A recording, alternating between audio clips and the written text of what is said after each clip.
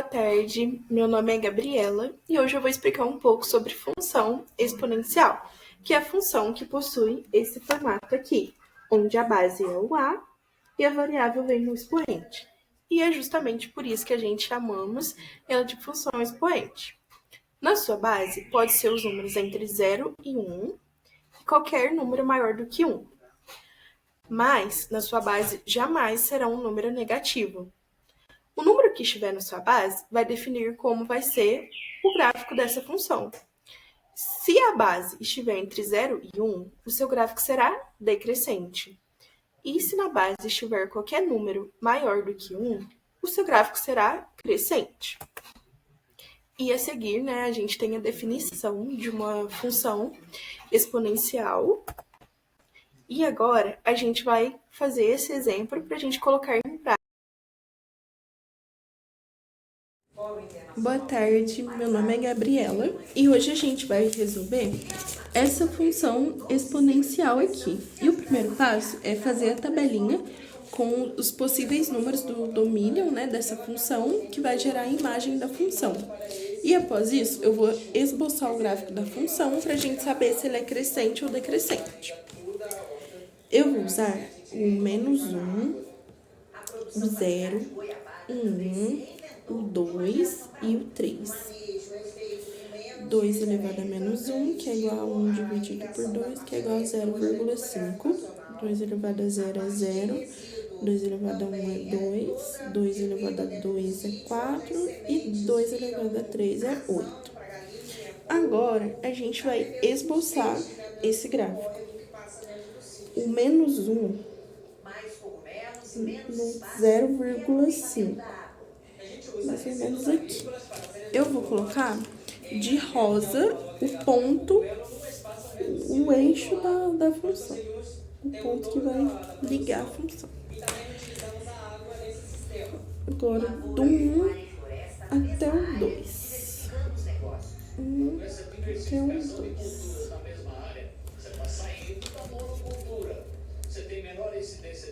Até o 2. Do 2 até o 4. 2 até o 4. E do 3 até o 8 agora.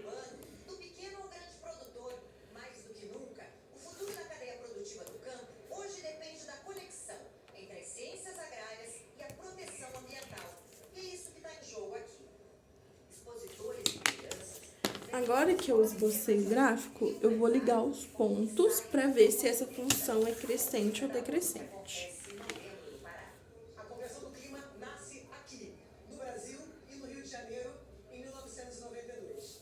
Eu acho que a gente chega com um papel de protagonismo e com uma responsabilidade muito grande de liderar a partir do exemplo. Isso só foi possível porque tem por trás a ciência, a tecnologia e a inovação.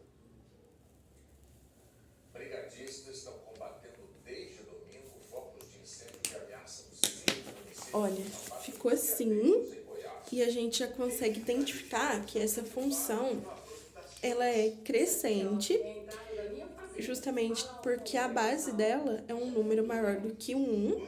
E agora a gente vai definir o seu domínio e a imagem da função. O domínio é todos os reais e a imagem é igual a y pertence a todos os reais, tal que y é maior ou igual a 0,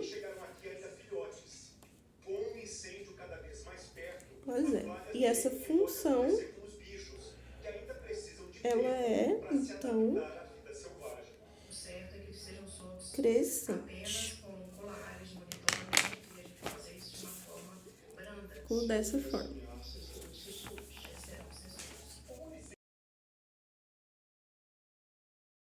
Boa tarde, agora a gente vai fazer um segundo exemplo, aonde o y é maior do que 0 e menor do que 1, então tá entre 0 e 1. O primeiro passo é a gente fazer a tabelinha para determinar o domínio e a imagem, depois esboçar o gráfico como a gente fez aqui. A gente vai fazer isso agora. Eu vou usar os mesmos números, o -1, o 0, o 2, o 3, e agora eu vou pôr o 4. Então, vai ser f de x menos 1, que é igual a 1 dividido por 2. Bom dia, meu nome é Gabriela e eu vou explicar um pouco sobre função logaritma, que nada mais é que o inverso da função exponencial, onde o seu formato é esse daqui, ó. Onde a sua base é o a, e na base vai ser sempre um número diferente de 1, ou seja, sempre números maiores do que 1. O domínio da função logaritma, ele vai dar sempre os números reais positivos, e assim a imagem também. E é justamente o número que tiver na sua base que vai definir como vai ser seu gráfico. Se o número que tiver na sua base for maior do que 1, o seu gráfico vai ser sempre crescente. Se o número que estiver na base for entre 0 e 1 ali, meio termo, vai ser decrescente o gráfico dessa função. E aqui a seguir a gente tem, né, a definição da função logaritma, que é justamente o que eu falei, e nunca vai ser um número negativo na base. É igual ao da função exponencial. E aqui eu vou pôr em prática essa função para a gente treinar junto.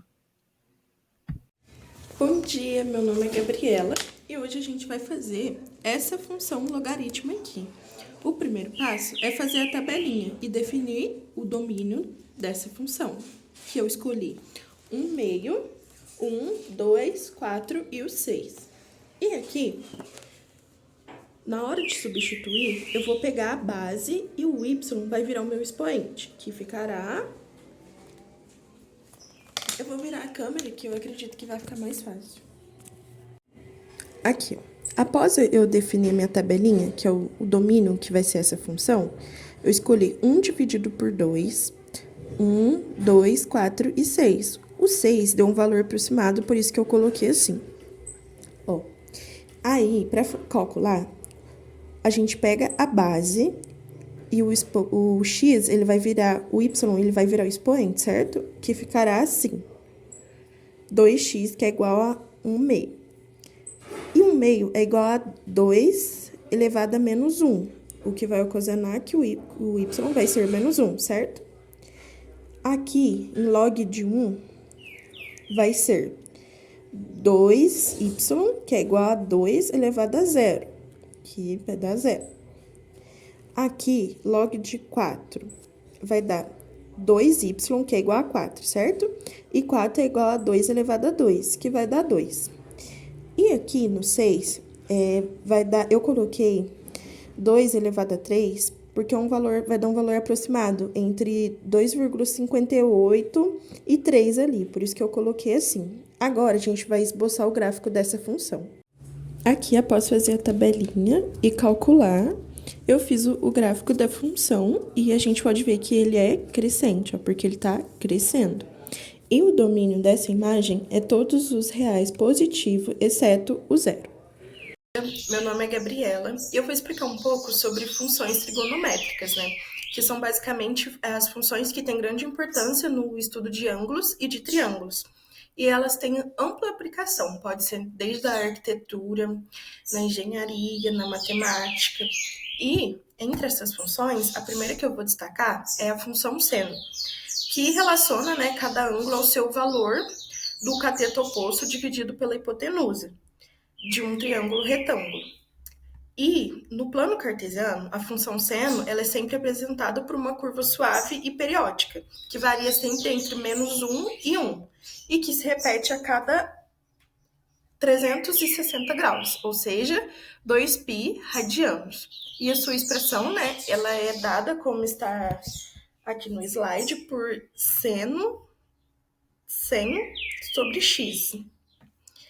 E agora a gente vai...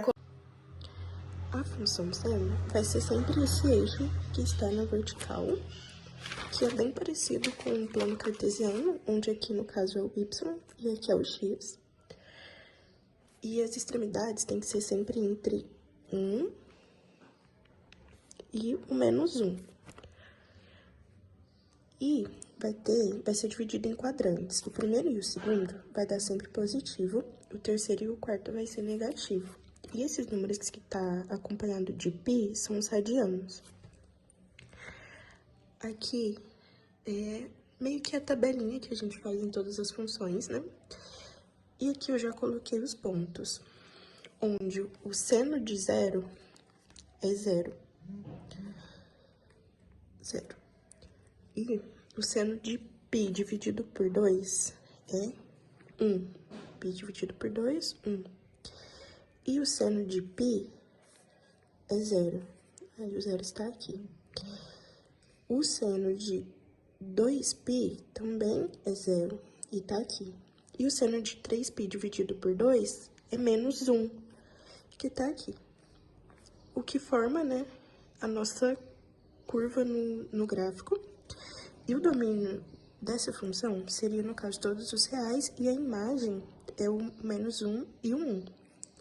Bom dia! Vamos dar continuidade falando sobre as funções trigonométricas. E a que eu vou destacar agora é a função cosseno, que associa cada ângulo do valor do cateto adjacente dividido pela hipotenusa.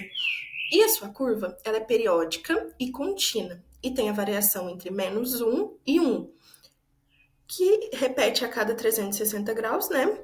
E a sua expressão geral é cos aqui, ó, sobre x. Vamos colocar na prática.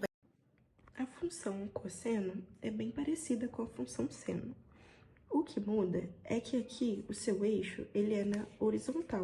No caso, seria o x se fosse o plano cartesiano normal. Certo? Agora, a gente vai colocar isso no gráfico. O π de 0 é 1. Eu já coloquei aqui. O valor de π dividido por 2 também é 0. Aí vai ser aqui.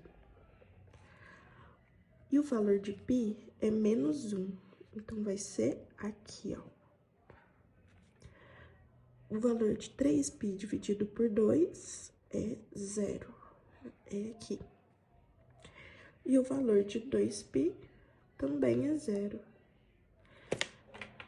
Agora, a gente vai ligar os eixos dessa função.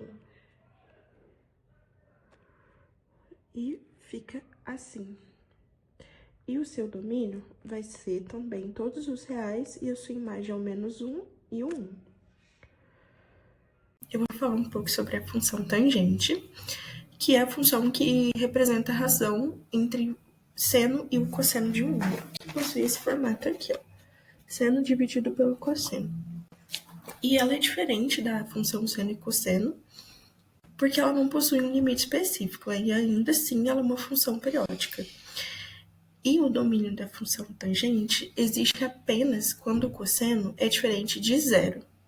Então, o domínio da função tangente é sempre x diferente de π sobre 2. E a imagem dessa função, ela pode assumir qualquer valor real, justamente porque ela não possui limites. Então, ela vai desde o menos infinito